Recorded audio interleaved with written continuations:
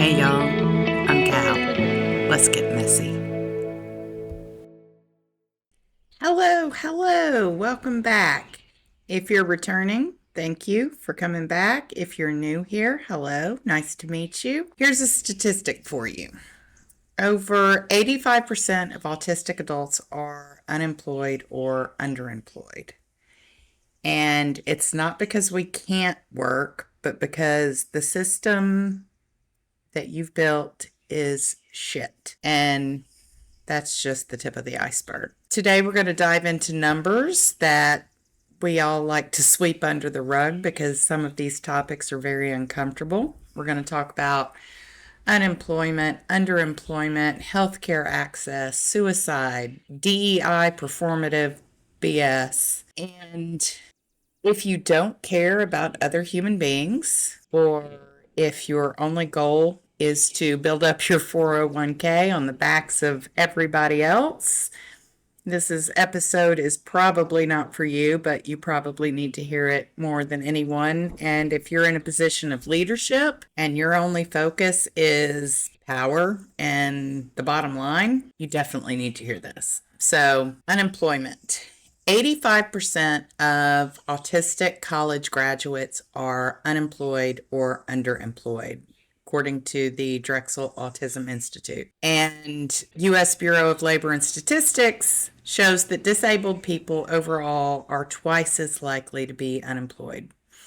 And again, it's not because we're unemployable, we're unemployed. Job descriptions are written for clones. Interviews are social theater.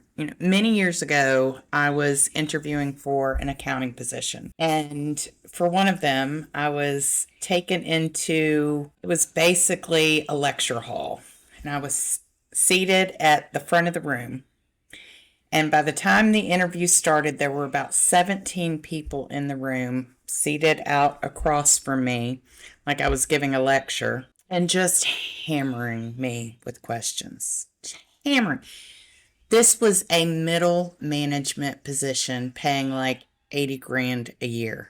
Okay. And I did really, really well until one of the last few questions. It was a softball question and I bombed it.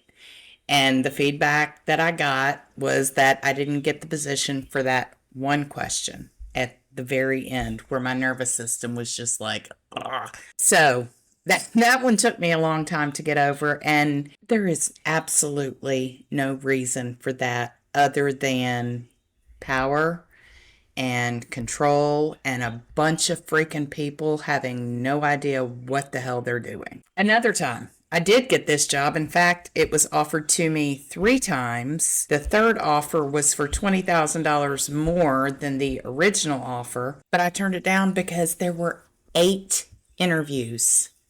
8. Again, for a middle management position. Do you people know what you're doing? Do you have any idea how ridiculous you are? It's just mind-boggling. It's just mind-boggling. Anyway, so you have instances like that. Oftentimes we're accused of being too direct and called rude, or needing structure, but we're called rigid. I had the bully at that last job tell me I was overly organized. Yet I would get messages constantly. Where's this? Where's this? What did I do with this? Where's the... But I'm over-organized. I don't even know how that's a thing. A Harvard Business Review study found that neurodiverse teams are 30% more productive than neurotypical teams when well managed. It's because we spot inefficiencies that are overlooked. We have innovative solutions, especially in industries like tech, engineering, design, and areas like process improvements. I was last year, I always just get tickled when I think about this story. Last year, I was at an offsite work event. It wasn't a work event, but it was a work event. Anyway, it was a very casual environment.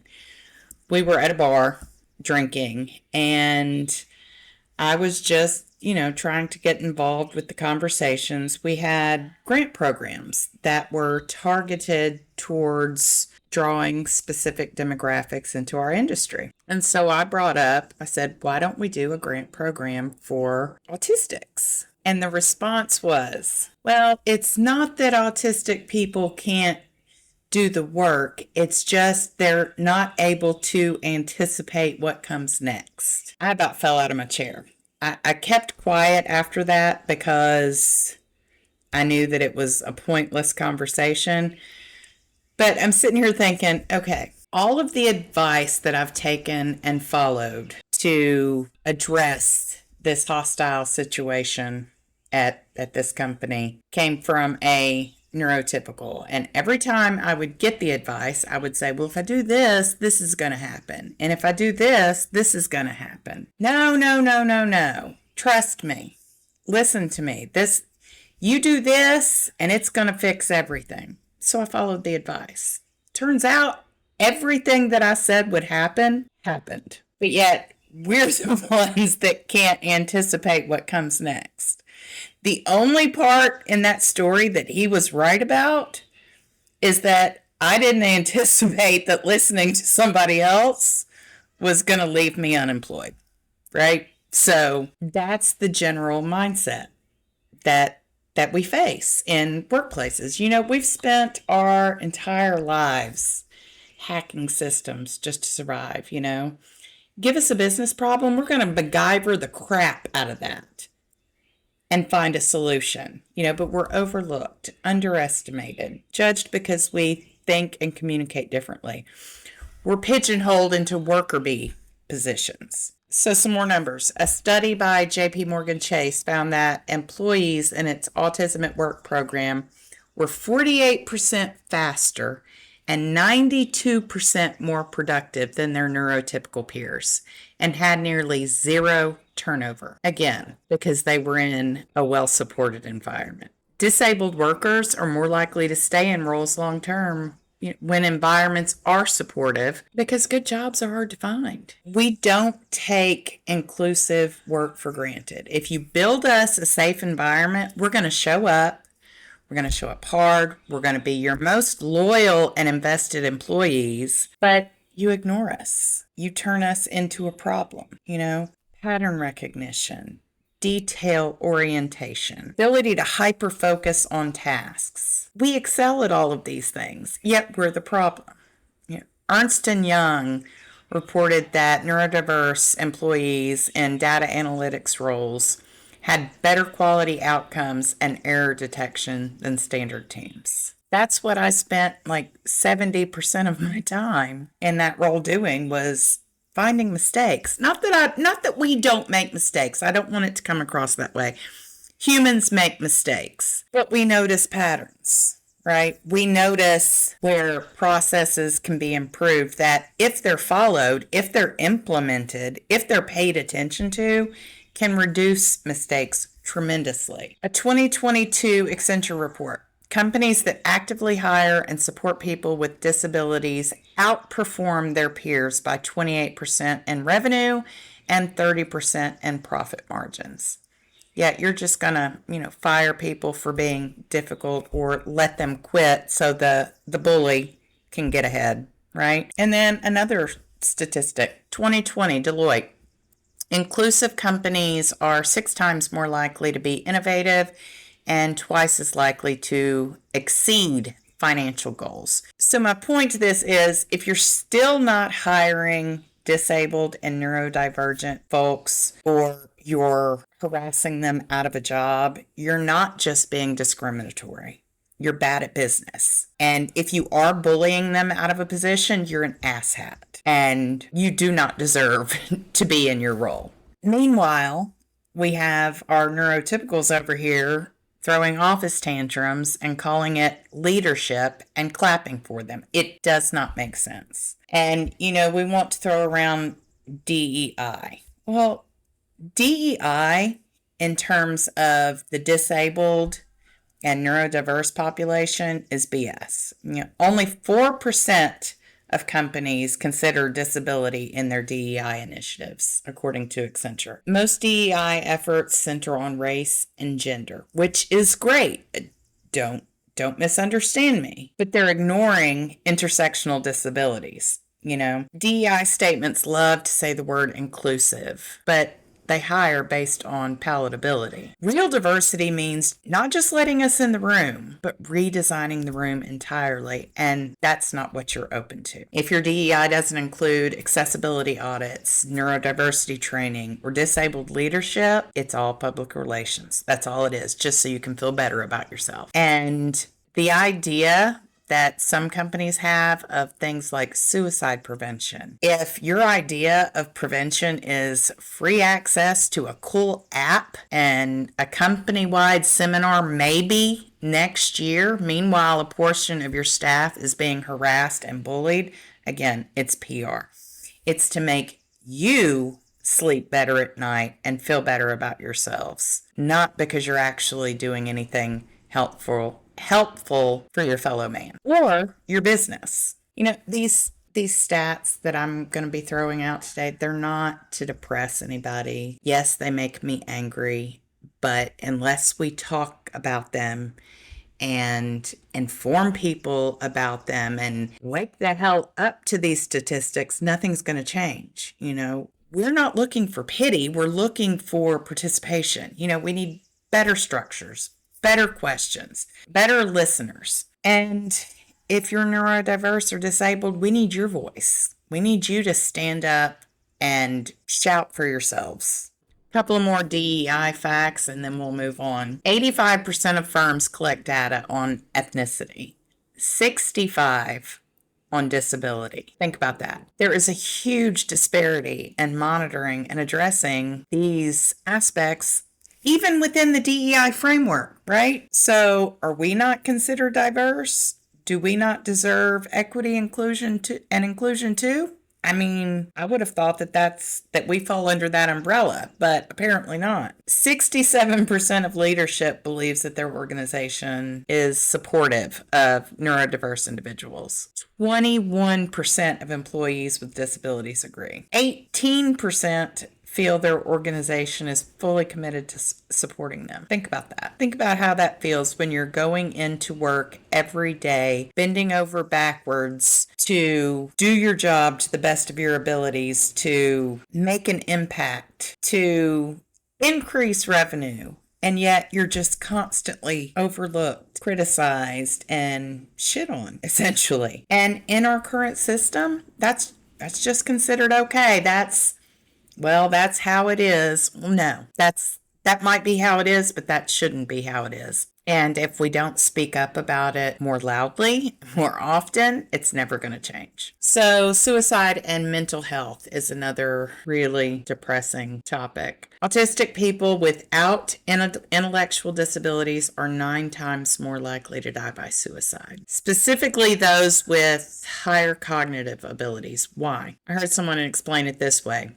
When you know you're different and no one's ever taught you that it's okay or how to be different and be okay with it, the pressure to fit in is so intense.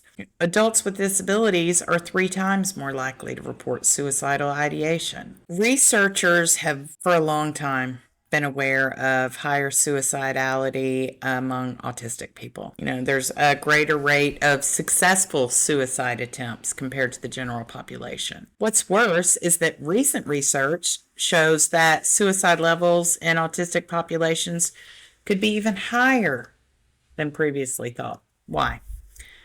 There's a few reasons. Mental health problems. Autistic people are more likely to experience concurrent mental health problems, about 72%.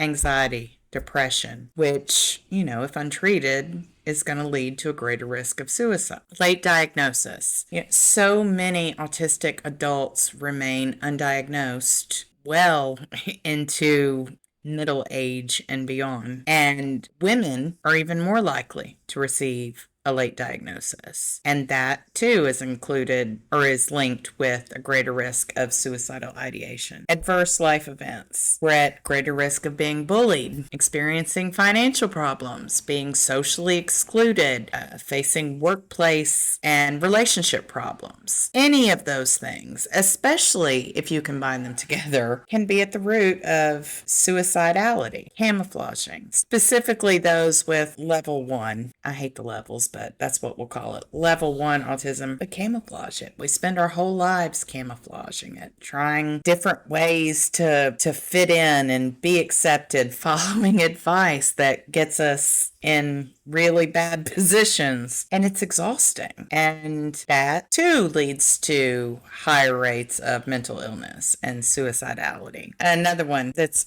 often referred to as a sense of justice, but it's not necessarily a sense of justice. I think that is confused with cognitive inflexibility. What that ties back to is someone's ability to think about situations in different ways and adjust to evolving circumstances, right? A lot of autistic people tend to experience a higher degree of inflexibility, which might make it harder for them to see alternatives to suicide as a means to ending their emotional pain or the life challenges they're experiencing. It's black and white, right, wrong, suicide, continued suffering. Isolation. Autistic people and disabled people face social and communication problems that lead to isolation or a lack of support, and that just increases the risk. And it's ignored. I've experienced this personally.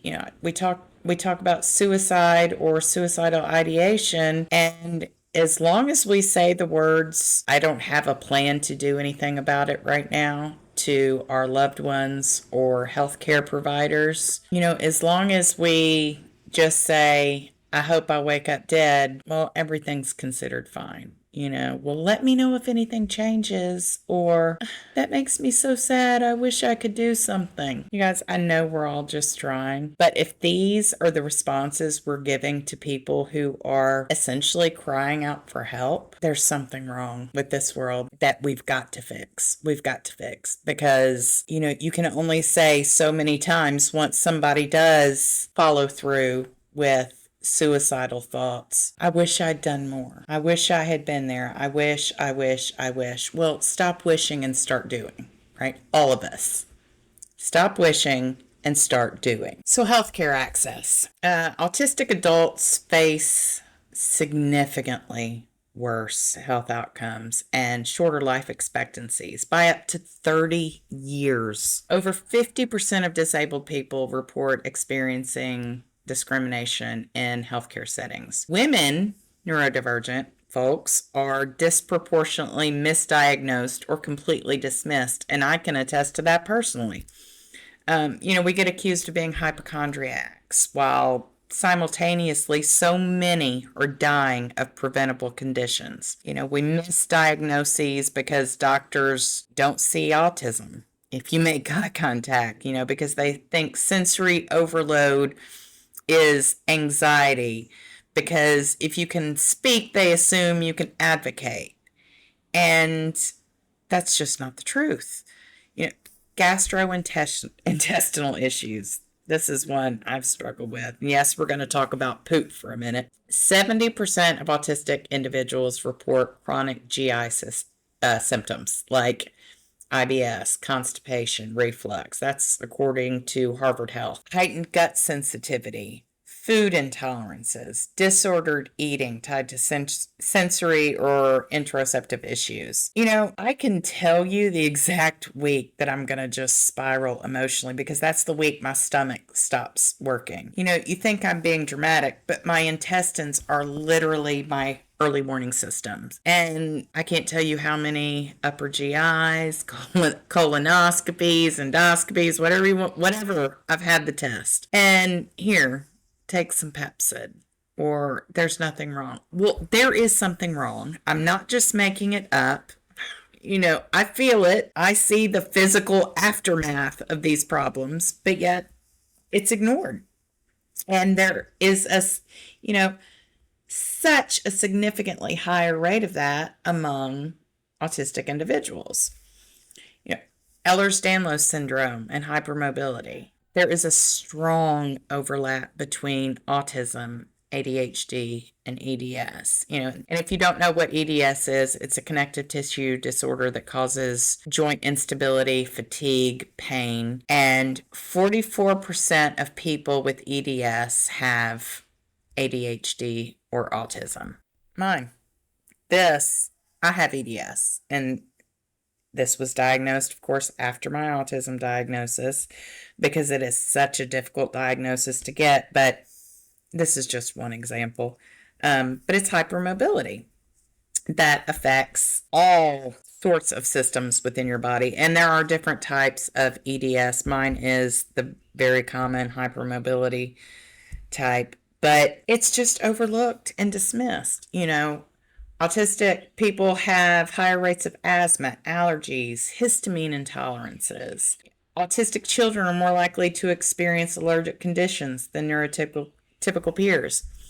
And it's overlooked, Chronic fatigue, fibromyalgia, they're often comorbid with autism and ADHD. And they're dismissed or we're gaslit. And fortunately, from what I've been seeing, there's a lot more research going into fibromyalgia and ties to the gut, which sort of backs up one of the things I mentioned earlier, talking about poop. They're all related, but they're overlooked. And the fact that there's higher proportions of people with autism that struggle with these things is an even more overlooked fact. Neurodivergent people, we often experience atypical interoception, which is awareness of signals like hunger, thirst, or pain. So oftentimes, we might not recognize symptoms early or don't take seriously. I didn't know what a normal period was until, I was 45 years old, and it wasn't long after that I was getting a hysterectomy because I couldn't stop bleeding and on the verge of passing out and the pain. But we overlook these things in women. We call them normal, and oftentimes they're even worse for autistic people simply because of our sensory sensitivities. Females are already misdiagnosed more frequently in general medicine, and you add neurodivergency on top of that, and it's like swimming upstream, a system that assumes we're exaggerating or ignores us completely. I call these numbers and these statistics at the beginning shocking, but for those of us living them, they're not shocking. We see them. They're just ignored by everybody else. You want to see us as charity cases or corporate check boxes rather than as human beings who happen to have different issues than you have. And you're just not willing to sit with it and look outside of yourself. And that's crap. It's just crap. So if you are in a leadership position and you haven't focused on learning about and understanding and including disabled and neurodivergent individuals, do better. If you have family members that you haven't worked to understand when we've spent our whole lives trying to fit in with you, do better. And for those of us who are in these positions, we live in a world where we have to speak up louder than ever if we ever want anything to change. And so I hope you will find the confidence to speak up for yourself, advocate for yourself. Nobody else is going to do it. And the more of us that do talk about these things, the more people will have to listen. Share this, send this to your HR team, read it out loud in a DEI meeting. Share your experience in the comments. Come on the podcast. Let's talk about your experience with this. And if you are someone who is experiencing suicidal thoughts or suicidal ideation, these aren't just words when I say you're not alone. I never, other than mentioning it to my GP and a couple of family members, I never reached out to anybody for help. And that was dangerous. So please know, if you need to, reach out to me. My email's in the description. I'm here for you. Even if you think nobody else is, I'm here because I understand. I've been there. I know how it feels. I know how scary and overwhelming and lonely it can be. You know, when you're facing all of these things that are new, especially if you're newly diagnosed or suspect you may be. Anyway, I get it. So, everybody, the whole world, just do better. Let's just do better, every single one of us. And I hope you'll come back next time. And thank you for being here. I hope you have a great week. And I don't have anything else to say. Love you. Bye.